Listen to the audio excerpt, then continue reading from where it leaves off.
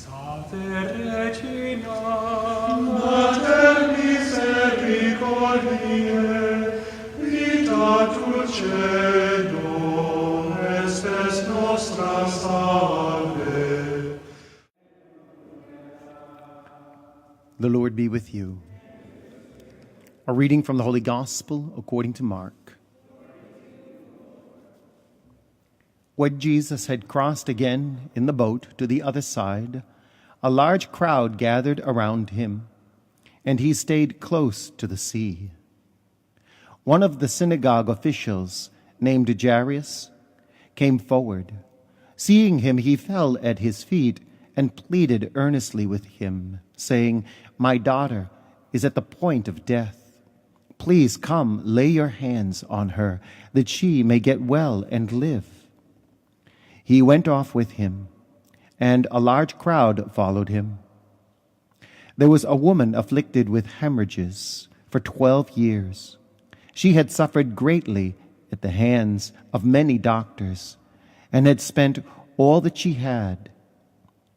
Yet she was not helped, but only grew worse. She had heard about Jesus, and came up behind him in the crowd, and touched his cloak. She said, "If I but touch his clothes, I shall be cured." Immediately her flow of blood dried up. She felt in her body that she was healed of her affliction. Jesus, aware at once that power had gone out of him, turned around in the crowd and asked, "Who has touched my clothes?" But his disciples said to him, "You see how the crowd is pressing upon you, and you ask, 'Who touched me?'" And he looked around to see who had done it. The woman, realizing what had happened to her, approached in fear and trembling. She fell down before Jesus and told him the whole truth. He said to her, "Daughter, your faith has saved you. Go in peace and be cured of your affliction." While he was still speaking, people from the synagogue official's house arrived and said, "Your daughter has died. Why trouble the teacher any longer?" Disregarding the message that was reported, Jesus said to the synagogue official, "Do not be afraid. Have faith." He did not allow anyone to accompany him inside except Peter, James, and John, the brother of James. When they arrived at the house of the synagogue official, he caught sight of a commotion, people weeping and wailing loudly. So he went in and said to them, "Why this commotion and weeping? The child is not dead, but asleep." And they ridiculed him. Then he put them all out. He took along the child's father and mother, and those who were with him, and entered the room where the child was. He took the child by the hand and said to her, "Talitha cum," which means, "Little girl, I say to you, arise." The girl, a child of 12, arose immediately and walked around. At that, they were utterly astounded. He gave strict orders that no one should know this, and said that she should be given something to eat. The Gospel of the Lord.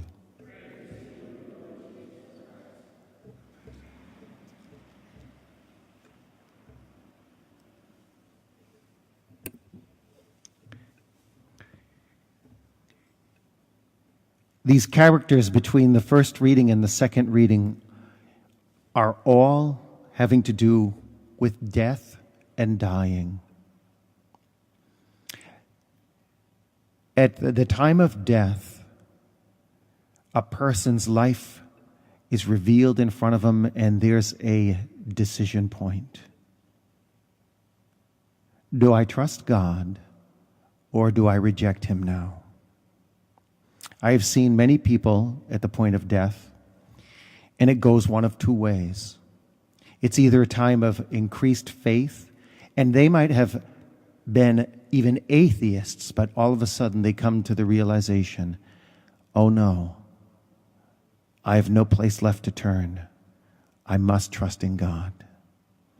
Or I have seen people who have been faithful, at least apparently, all their lives, and at the time of death go into a funk of anger and resentment and alienation from God. You never know. Death is the point of decision.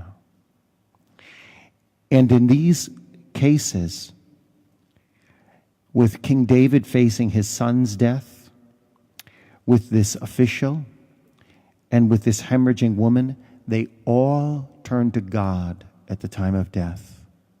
It becomes a great moment of faith and awakening. We pray in the Lord's Prayer, lead us not into temptation. It's a view to what spiritual writers call the final temptation. That is, what are you going to do at your moment of death? Lead us not into temptation, but deliver us from evil.